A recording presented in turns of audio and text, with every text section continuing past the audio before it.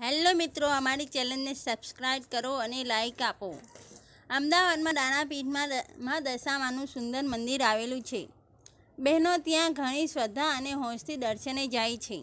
એક મારવાડી બહેનને ઘેર ધન સંપત્તિ અને સુખ ચેન બહુ, પણ એમના ઘેર હજી પારણું બંધાયેલું નહીં। એમને ખૂબ જ વર્ષો વીતી ગયેલા હતા। ઉંમર પણ અર્ધેક થવા આવી, પણ પોતે કોઈ પુત્ર જણી શક્યા નહીં। એમનું ખૂબ દુઃખ હતું। કેટલીક બહેનો દશામાનું વ્રત કરતી જોઈ એમણે પૂછ્યું, બહેનો, આ વ્રત કરવાથી શા ફાયદા થાય છે?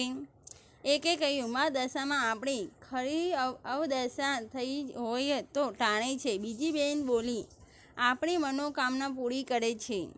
પેલા મારવાડી બહેનને થયું કે વ્રત કરવાથી કદાચ મા દશામાં મારી વર્ષોથી અધૂરી એવી ઈચ્છા પુત્રની પ્રાપ્તિ કરાવી આપે તો? તેમણે પણ દશામાનું વ્રત લીધું, ઘરમાં માનું સ્થાપન કર્યું અને શ્રદ્ધાપૂર્વક ભક્તિ કરી। 1 વર્ષ વીત્યું, બીજું વર્ષ વીત્યું, 3 વર્ષ થયા અને બહેને પુત્રની આશા બંધાઈ। દશામાએ એમને સોનાના કુંદન આપ્યો। 5મા વર્ષે એ મારવાડી બહેને ધામધૂમથી મહા ઉજવણી કરી। ચાંદીની સાંદડી બ્રાહ્મણને દાન કરી, બ્રાહ્મણ ભોજન કરાવ્યા,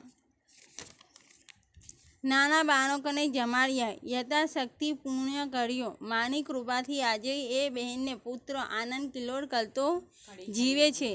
પારણું બાંધનાર મા દશામાં સૌની મનોકામના પૂરી કરે છે। જય દશામાં।